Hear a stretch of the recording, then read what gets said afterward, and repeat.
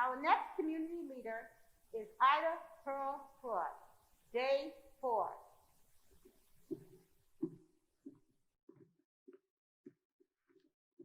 Day 4 is UJAMAA, that's supporting one another, it's caring for one another, and the way that you spend your money on donations, giving, or whatever.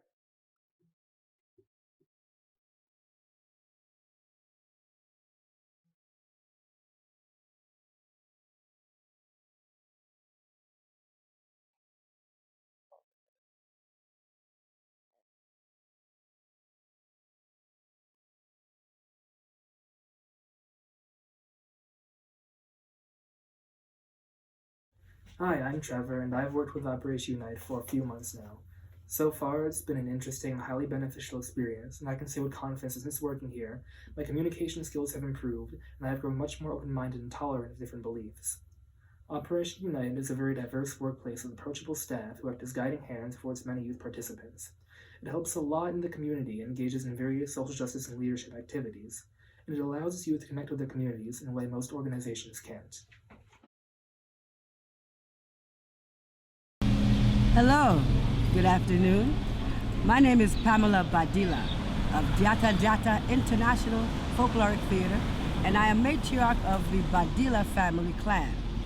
Here we have one of the many forms of expression that we use that people like to say art.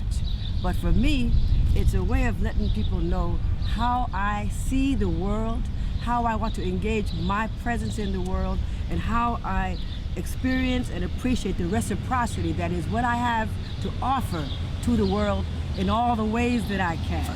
The Sankofa identifies in a word, those who hear that word, they know Sankofa.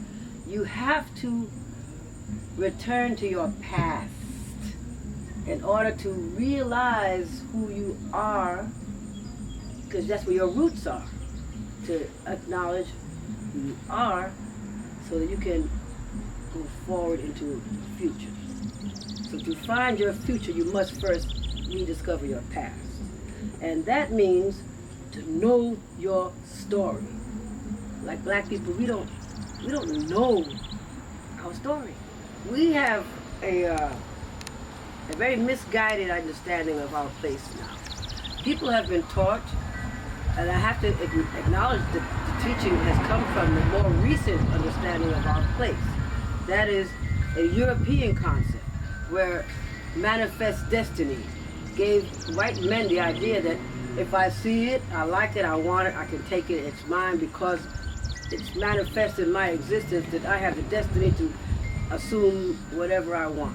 That mentality has caused deprivation of all sorts of this world because we have depleted resources, we have made animals and plants become extinct by over appreciating them. I mean, because something can be beautiful and you can love it and appreciate it and really want it to be part of your existence, but to take it, to have it, to keep it, and that can cause that very entity to become less viable for its own existence, because just to be your pet or your beautiful something in a cage, or you're something that you have to always have that to eat because it's the best, delicious, yummy, before you know it, things disappear.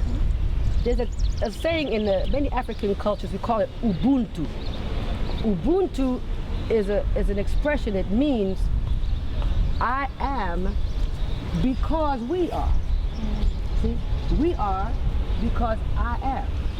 Immediately, that takes off all that arrogance and it makes me know I belong to a collective. And they're going to see a huge community of people even doing these ritual dances all together, and it could be like a trance kind of thing where they'll be for hours on that same step. And you'll have to notice that collective is powerful. The thundering feet, they even have the thing, Jambule, Jambule, Lomboshi said, Jambule, Lomboshi. Chase the rain away by the powerful drumming and thundering feet, and the clouds actually do move because that collective is so powerful. But without all those elements, all those individuals, that power is reduced. And so it's understood that we are because I am. So that means every single person of the collective is equally important, older as well as babies, and then every person is humble in the face of their need to belong. And that's a very human understanding, belonging. That's why you see kids go into these gangs and stuff, because if something's not working out at home, they still need to belong. If they're feeling like they're not appreciated in their base, then they're going to find somewhere else where they will belong. They'll find a set, you know, what they call gangs and stuff. They're basically families where there is an hierarchy. There's also a set of rules and what's regulated, and whatever it is, it becomes their family if it's lacking elsewhere, because people need to belong. It's a human concept. We're communal people. And so if we look at our community and see what it takes to make a community thrive, how can we be empowered more than anything else? What single most important thing will make our community thrive and last for millennia, as many have, before there were change? And that is the concept of being humble enough to know it's not all about me, and it's not all about you, but together it's we, and the we is powerful.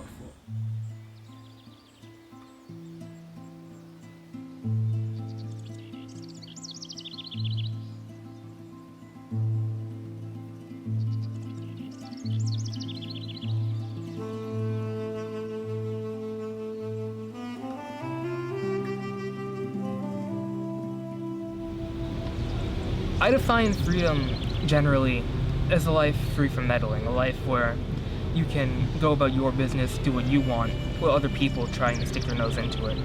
I don't like the feeling that comes with being spectated. I don't like being watched. I don't mind socializing, but I generally prefer being left to my own devices when it comes to my work and what I do. I feel that freedom generally, it can be likened to self-sufficiency, in that you shouldn't necessarily need anyone to support you except for yourself. You can call yourself truly free, because that means you don't have to rely on anyone but you. Well, I myself am actually a very creative person, so I do a lot of drawing, even though there's still things I'm working on, like mainly perspective, just generally because I want to improve in that area. Not much else to say. So I do a lot of drawing, I do a lot of writing, I write stories, I hope to make that my career, and I do a lot of music as well. I've been told I'm very good at guitar, so that's also an option, but it's not going to be, the main one I pursue. Anyway, what I believe is the most important art, I don't see any form of expression as greater than another. But what I generally think when it comes to art is that if it can be used for something, it's going to be leagues above art that which cannot be. I believe that, for example, philosophy and literature, which can teach and spread a message really effectively through words, is incredibly important, as it allows people to digest someone's point in a way that couldn't necessarily be effectively conveyed through a simple conversation. You can convey a lot in a metaphor that's contained within a story that you wouldn't be able to convey in, for example, a very long article. And this is and the same thing in a way can apply to a lot of physical art, drawings, paintings, and statues, where there's an underlying message beneath the picture. About political cartoons, and you can have ancient legends and a statue depicting them. They always like to say, a picture contains 1,000 words. And in some ways, that is true. But ultimately, the reason I'm getting into this is because I generally see literature and philosophy as better at spreading message than visuals, because they can be interpreted in a number of ways if you don't have anything to go with them. Ultimately, if the underlying meaning isn't already present and there to see and there to be told, then whatever visual you're observing can be interpreted in a number of ways. Which means that the message itself can be muddled depending on the individual's beliefs.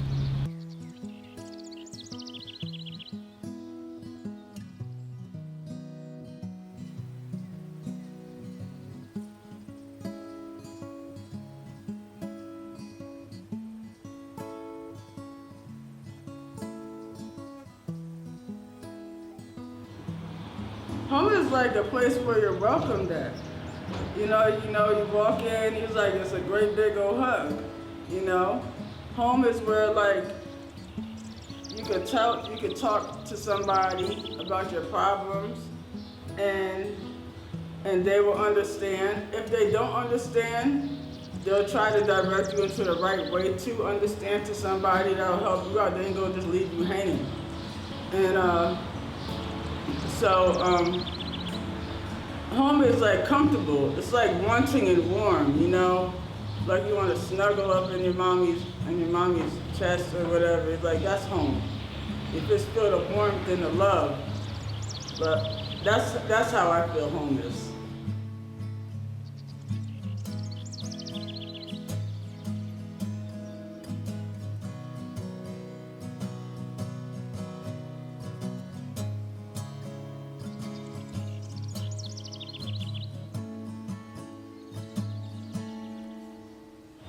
Love is like you care for somebody, you help somebody out, you pick them up when they're down. I mean, simple, easy baby stuff. That's like you were taught that in kindergarten and all of a sudden it seemed like people just forgot. I don't know. But that's what love is to me, just to care for somebody. And not just to care for them really, not for just some money or whatever, some monetary benefit. You gotta love them for nothing. Love them for who they are, Cause like, when you grow up, I mean, everybody doesn't have the same thing that you have. And I feel that if you have that right love, you should share it, spread it the right way, teach it. And it shouldn't be hard to grasp, but I understand there's people that didn't grow up the same way, they wasn't raised the same way, but you were a kid before, I feel like a lot of people that was a kid, they lost their kid, they lost their child in them, I feel. And every child feels loved. They're just full of happiness, and everything is just simple. So if you talk to me a little bit, you kept bringing up magic. Why do you keep using that word? I don't know. It seems like the perfect word to use because things just like pop up out of nowhere. It's like hocus pocus. You never know what to expect. Like you never know, like when you expect somebody to say something that you. Like, oh my God, I didn't expect you to say that. It's like, well, it just popped out the magic hat. You never know what you're gonna get, And I don't know, I just like using word magic. It feels like it's the perfect word for this time or every time, because magic is an illusion, and sometimes people escape to an illusion on either drawing or whatever liking that they like, whatever their thought process is to relieve their unnecessary nonsense that's going on, that they got going on in their minds, So sometimes magic is the way.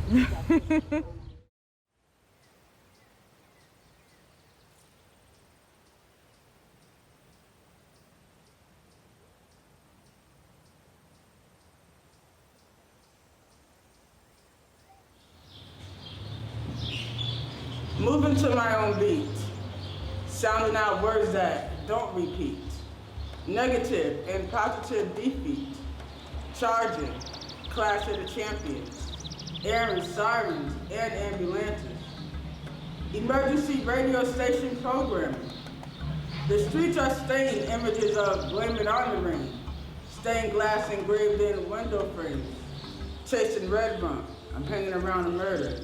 Crows versus ravens, scarecrow versus evermore. Who's knocking on your door? Clash of the champions, crash shot down. Bullseye, didn't make the score. Advanced hits, stroke you up, striking out, home run. Bases loaded. Diamond sparkles shining like pearls, balls. Good fortune, providing false opportunity. Misleading, access denied. Subtracting the left from the right eye. Subliminal messages, held on, stand by. Savor that moment, satisfy my love, my love. Craving, ain't no misbehaving. Misbehaving submitted to sarcasm, sarcasm submitted to temptation. Moving to my own beat, I battle the drum. Thank you.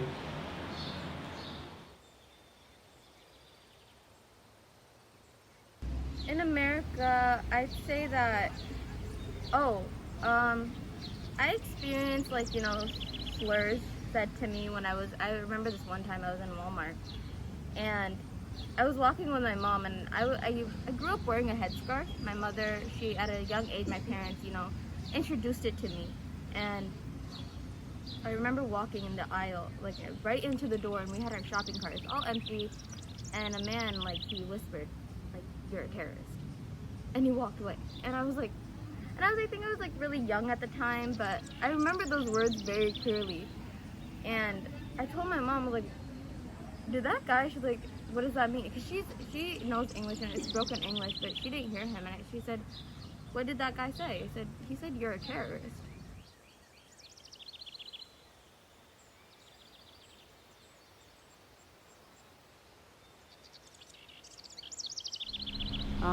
I grew up in a big family doing traditional Congolese dance from our traditions. Drumming, music, theater, you know, a lot of different community activities. And more recently, along with jewelry making, I've been doing a lot of gardening and started a project, Grow Black Hudson, to bring back our knowledge of food and our connection to agriculture and to growing and to healing with the soil and having these times to connect with the earth and these times of, you know, a lot of revolution.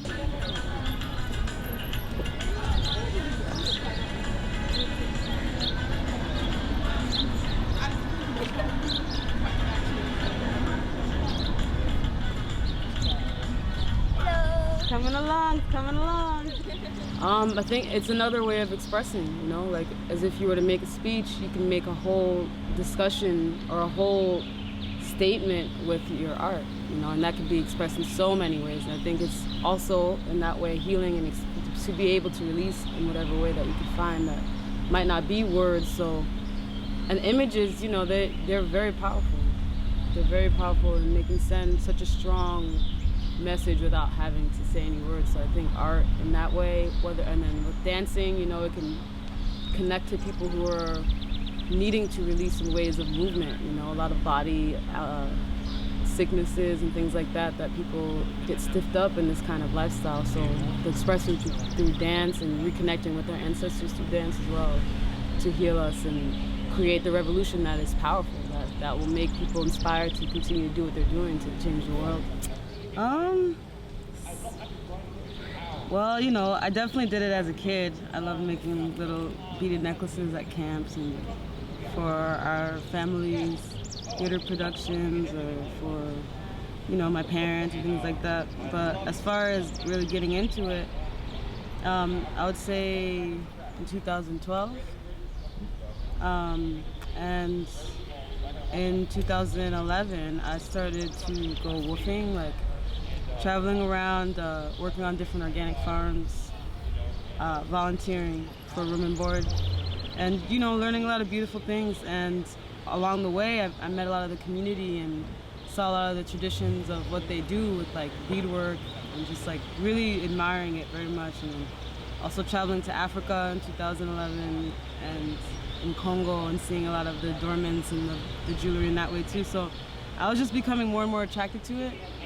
And then when I came back home, my father like soon passed away, and a lot of different things happened in that time. A lot of things like clicked for me at that time, and I kind of took to beading almost as a way to like heal with it, you know, like a meditation with the string and the beads and everything. And you know, as I created things, I would wear it and share it with friends and family, and everyone was like, oh, like, this is great, you know, you can really make this something bigger, you know, you can share this further. And so I just continued to create, and it became something that has been healing me in that kind of way of meditation, as well as healing others with being able to have adornments that make them feel beautiful and, you know, highlight their features and, you know, kind of treat themselves. Self-love adornments. We, like, the way that this world has been structured and marketed and all of these different things is in white supremacy. And that has affected everyone globally. And I feel like there is a very deep thing there that has instilled themselves in people where it's so much a way of life that for there to be any kind of challenge to it, it makes it hard for people to see it within themselves or to understand that it is a real thing, you know? Like, it's not just like a thing that people are like, oh yeah, we're fighting for our rights, we're fighting for this. It's like, it's a life, you know? Like, this is real. It's not like a trend. And I feel like there is a little bit of that happens where it becomes like people wanting to seem as if they're doing something, or like, you know, they might put up a Black Lives Matter sign, but I'll literally walk by these stores that have Black Lives Matter and like no one says hello to me. I'm a Black life, but they don't. It's just like things like that that's like, what, do you really know what you're saying, or are you just doing this in a way to protect yourself, you know, to not be associated with a racist kind of lifestyle or a white supremacist lifestyle? And it's just, I think it's important to acknowledge it within yourself, which I think there's like, you know, there's like a group of people that are doing that, and then there's a group of people that completely are seeing it as an attack, which are the All Lives Matter people, where they just see it as a, like, as if, and that goes deeper too. It's because like the way that white supremacy works, it's in such a like disgusting, like ravaging, like literally raping, pillaging, all of these disgusting things that are connected to it, that they feel as if that's what's going to happen back by us saying Black Lives Matter, and they think that it means anti-white by trying to build pride up in a space that's not getting the acknowledgement, and you know, they're not seeing it for what it is, you know, what it truly is. They're just taking defense and becoming victims and making it an attack on because they're white. So it's very simple-minded, kind of like very much people rule following, like absorbing everything they see in the media, like literally people that are bred that are completely in that space. You know, there's the people that are just white that want to do the right thing, but they're not understanding that they need to actually make relationships to understand the Black experience. You know, it's not about just saying this, but you're not gonna, like, you know, help someone out in this situation, or even just acknowledge them, say hello to them in the street, and, you know, they're your neighbor, like, say, you know, see what's going on, like, just basic human things that is more what people are asking for, is just like equality, and like treat me like you would treat yourself and your own. And it's so simple, but people love to complicate it and feel like there's like a right and wrong, there's like a victim and an attack, you know, like they automatically go to that because that's in their lifestyle of white supremacy and the way that it's taken over. It's like their way of thinking of how things are done to dominate a situation. I mean, I don't know if as you're watching it, it's literally like you pick up a bead, you string it through, it gets a little bit bigger. You pick up a bead, string it through, it gets a little bit bigger. It's like really kind of like a mantra in a way of growth and of like building and connecting, and, you know, a lot of different layers of things that I feel like are great metaphors for how, you know, we do things ourselves. So in the pattern of this, I can see also more of a rhythm in myself.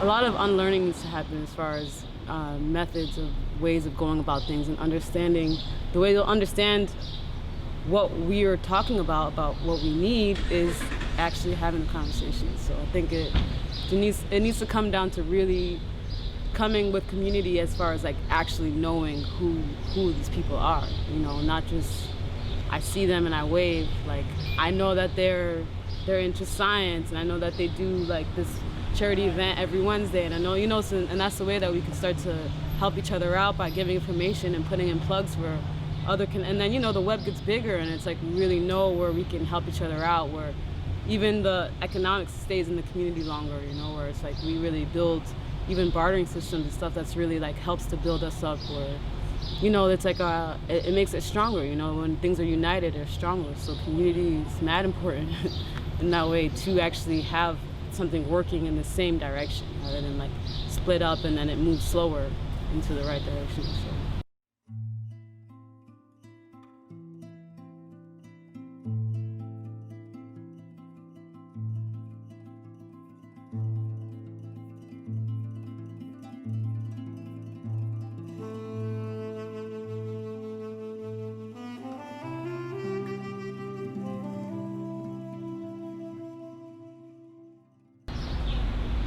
I'm not sure that I really feel for it.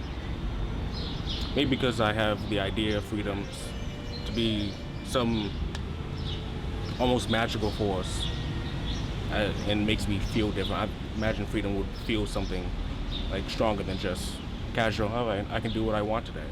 I'm needed at home because my mother cannot see. She's legally blind. So I have to help her with just about everything. And sure, it's sad, but in a way it gives me purpose, you know, that you can always help somebody. Personally, I'm not sure love is the right thing. I think the opposite, hatred, would be the more important thing. Because not everyone lives their lives full of love or even experience love, but everyone has at one time experienced hatred, anger, and the things associated with it. And I believe for a person to experience hate, they need to know how to deal with that. Love has commonly been associated with affection, compliments. While that is good, people need to know how to deal with hate and how to not let that shape who they are. How does one do that? Well, the hardest thing and the first step is to notice it. When a person is just, let's say they had a bad day, sure, that's not hatred, but that's anger, that's frustration. And having that build up inside you, that can lead to hatred for some reason, for something that probably doesn't even affect you anymore, but it's still within you. And sometimes they let that out on some random passerby, some family member, some friend. They need to notice that, so they can stop that in advance from hurting other people and letting that hate grow and spread.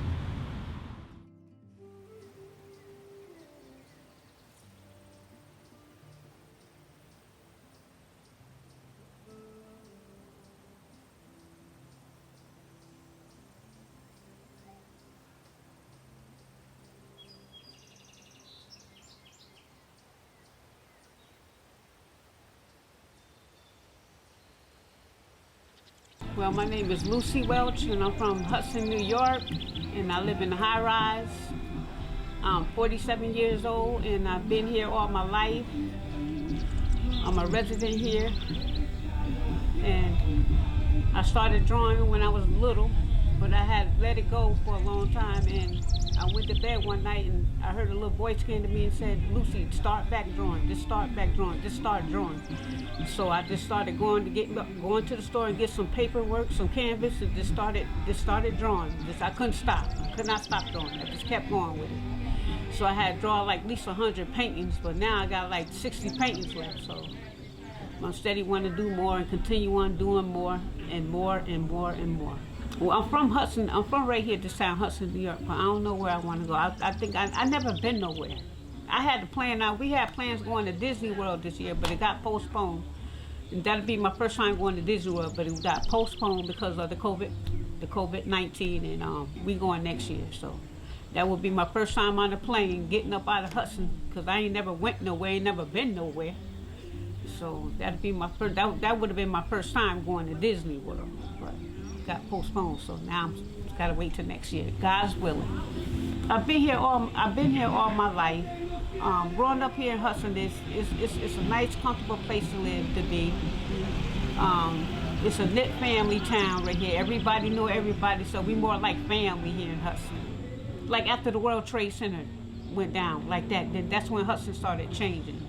Like people started coming up from the city, buying up buildings and stuff like that, and tearing down buildings and building new buildings and stuff like that. So it's a lot of history here in Hudson done changed. It's a lot done changed. But so far I like it. I mean, I don't have no problem with Hudson changing. I just go with the flow. And I like every bit. I like the restaurants here and the bars, and they got some fine good drinks, and I love it. There's some fine good people that I like to meet and talk and chat with. I'm happy. I don't have no problem with nobody. I get along with everybody. Okay, this rose right here, I like this rose because I always, when I was a little girl, 5 years old, I always used to pick roses and flowers. It was something about roses that I like. I think they're beautiful. I think they're made for a woman. And that's why I drew this. Art is important because of the unique of the drawing that you do and what creates in your mind. It's all types of stuff. This picture right here goes way back in our heritage, African. This lady reminds me of one of the African ladies, one of the Badilla girls right here. This reminds me of her, so I just had to draw it. A picture kind of looking figure like her. So I told her about it, and she said, okay, great. My art is like, okay, if you give me a piece of paper, like if you have a board or any type of piece of paper that you want draw, I can draw it. I can look at it and draw it exactly as is and put my own imagination twist to the drawing, like that. Okay, this picture right here, she just pops up in my head. So I just figure I'd draw a lady and I just add some flowers and stuff up in her hair and put some necklace around her neck. So that's about it. I just figure I'd make her pretty. As I was drawing her, I said, you're gonna be a very beautiful woman. I hope you talk back to me. I said, but I'm gonna make you real, I'm gonna draw you and make you real pretty. Here we go. Here she goes. When I first started walking, from 3 years old on up to I turned 16, 17 years old, I listened to my grandma. I told her, I said, look, God put this in me. I'm just a nice person, and this is me, and don't worry about me because ain't nothing gonna happen to me. God got me, and you got me. As long as you keep guiding me right and talking to me, I will be all right. What I feel most free in the world is just meeting people and just, I don't know, be somewhere on the sunset, painting and drawing. That makes you happy? A lot of things make me happy. I mean, I'm just happy just being alive and just doing what I'm doing. And meeting people and talking with people and painting and drawing and helping people and running to the store back and forth for people to get what they need and stuff that people that's not able to do. And that's what I do.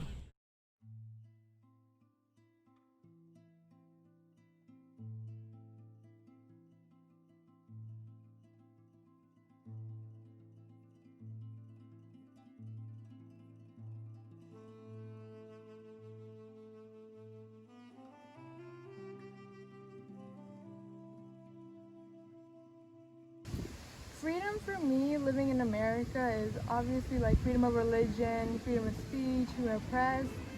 But today I feel like freedom isn't for everyone. Freedom, when I think of freedom now, I think of it as for the basic white person because they don't get judged for their skin color. They don't get judged for their beliefs. Like, a lot of them are Christians and they don't get judged for being a Christian. Like, I personally, I have been judged for being a Muslim, for being Bengali, for being from South Asia, for being a child of immigrants, and I just don't feel the same. I just don't feel like, I guess, valued as they are. Like, I feel like they see me as like a second-class citizen, if that makes sense. I was about 7 or 8, and my mom and I, we were going outside to walk to the park, and my mom wears the hijab and like she dresses in Bengali clothing, and we were walking, and this man shouts from his balcony, "Allahu Akbar, take your scarf off." And I was so young, I didn't understand. I just looked at him blankly and he stared at me back. And my mom was like, "What did he say?" And I was like, "Mom, I don't know, I think he said to take your scarf off." Post 9/11, people have this stigma against Muslims that, oh, all Muslims are terrorists and all that. And I just would like to say to that man, if he saw me today, that our religion is about peace, and that I forgive him. I forgive him. I hope he's educated now that, you know, all Muslims are not terrorists, and that I just hope the best for him at this point. To love one another, I would say, is accept everyone for who they are, what they believe in, no matter what religion, whatever they identify as or anything. That we shouldn't judge one another just for basic beliefs and all that. Yeah. I think the arts are important because it speaks to you in a whole nother way. Like, you can watch like a movie or like a performance, and there could be no words, and it could just be actions and visuals, and it like puts you in a whole different sensation of what's going on and all that. To me, my favorite form of art is dance. I've been dancing for a while now, and it just expresses who I am. And I do a lot of Bengali dancing and all that. There's this festival that goes on every year at the Waterfront, and that it allows me to express my culture, my ethnicity, and my beliefs and my love for, you know, dance. So yeah, that's what I feel like why art is important.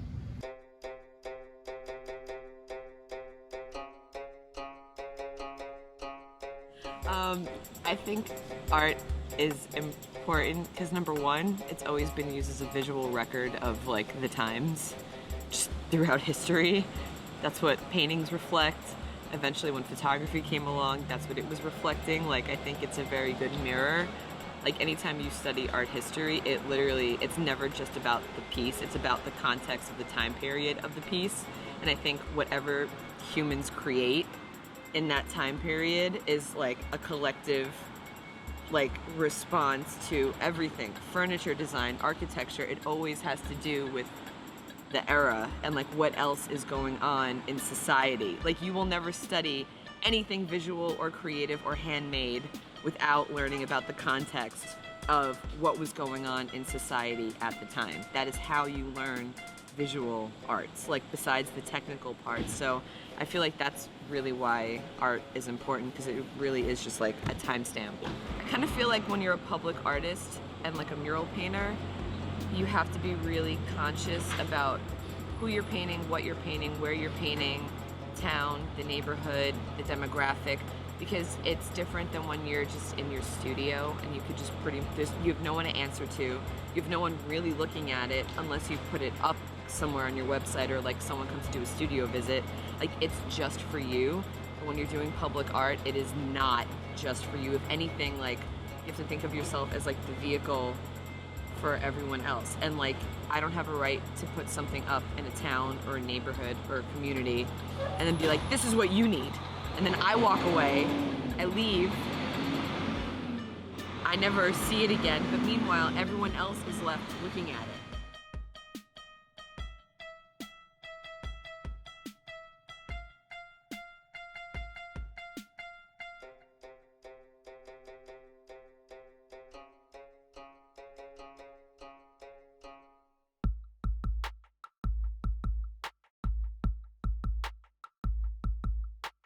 There's a lot of factors that have to come in to, number one, doing public art, but number two, especially when you work with all of these different communities. Like, I've had to learn the right way to do it, the wrong way to do it, what to recognize, what questions I need to ask before I start a project. Just like make sure that I know everything about the project before I start. And then sometimes you can't until you begin the project, and then like things change and things shift, and I think I'm still learning how to be like the proper ally, activist, artivist, like artist activist.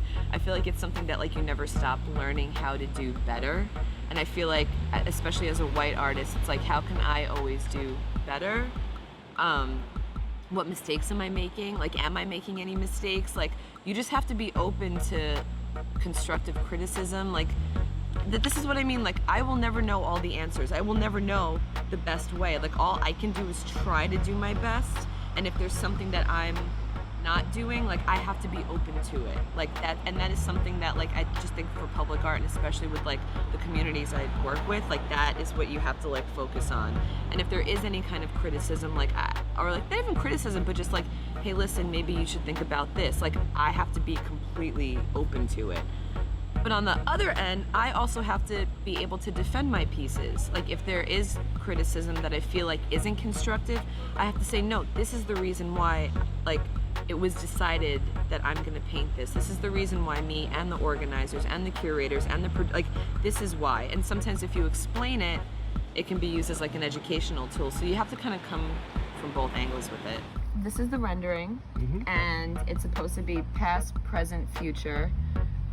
With the principles and the ideologies about the Sankofa symbol and what it represents, but then also about the civil rights movement and Black Lives Matter, and tying in the history of Hudson and this whole area of like upper New York.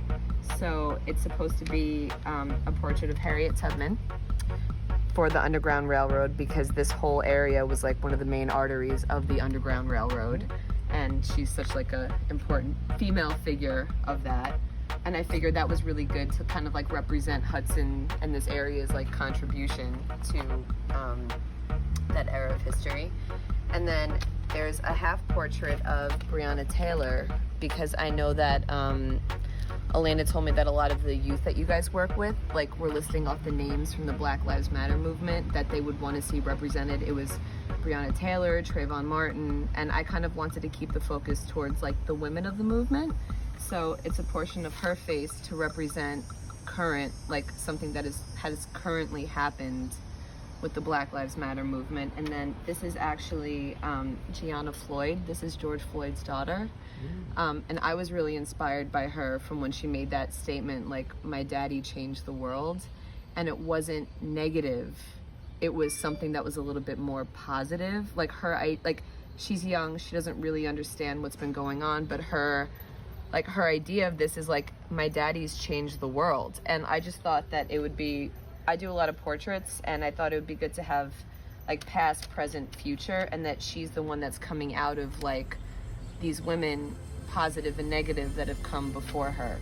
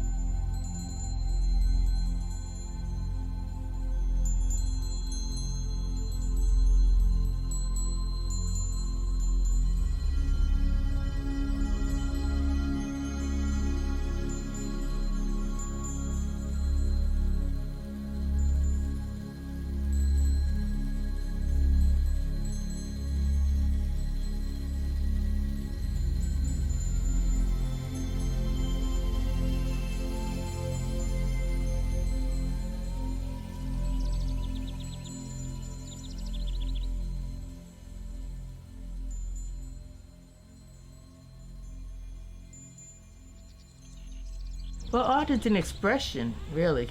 And I think it helps others to see things from someone else's perspective, you know? I can draw something, I'm talking about drawing, but I know there are other arts, the singing, dancing, etc., you know? But in anything that you do, that you put yourself into, it's an expression of who you are. And it opens other people up. You know, a lot of what we do and think is on ignorance. We don't know. We don't take the time to know other people. And, you know, as long as we can just be in our own little enclave, you know, we're safe, we're comfortable. But sometimes you gotta step out of your comfort zone, because it's not just about you. This is bigger than all of us, you know? And you need to be able to appreciate somebody else's offering.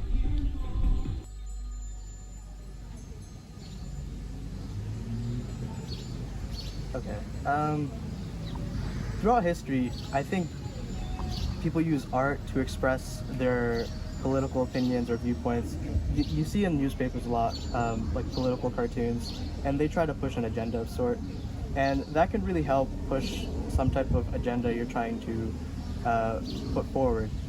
So when you see art for Black Lives Matter, I think, you know the saying, you know, a picture speaks 1,000 words. And I think that's really true. Seeing a picture is a lot more powerful than reading an essay.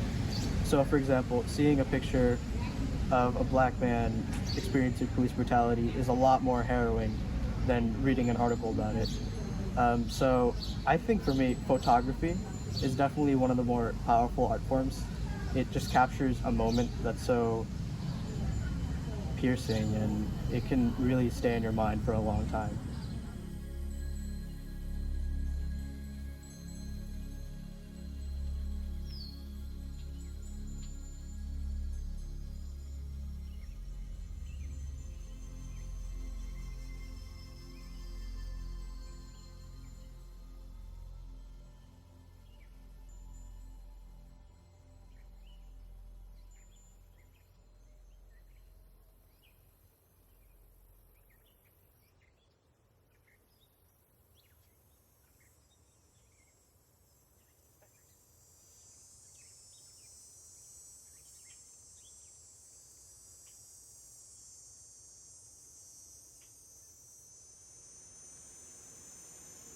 When the heat is blowing in the wind,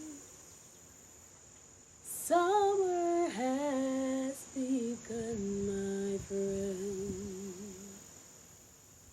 sprouting with a wilted bend, green leaves falling in June,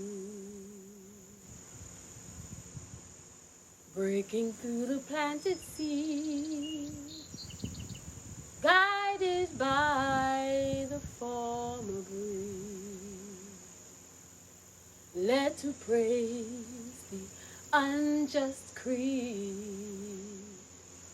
sovereignty gone too soon. Why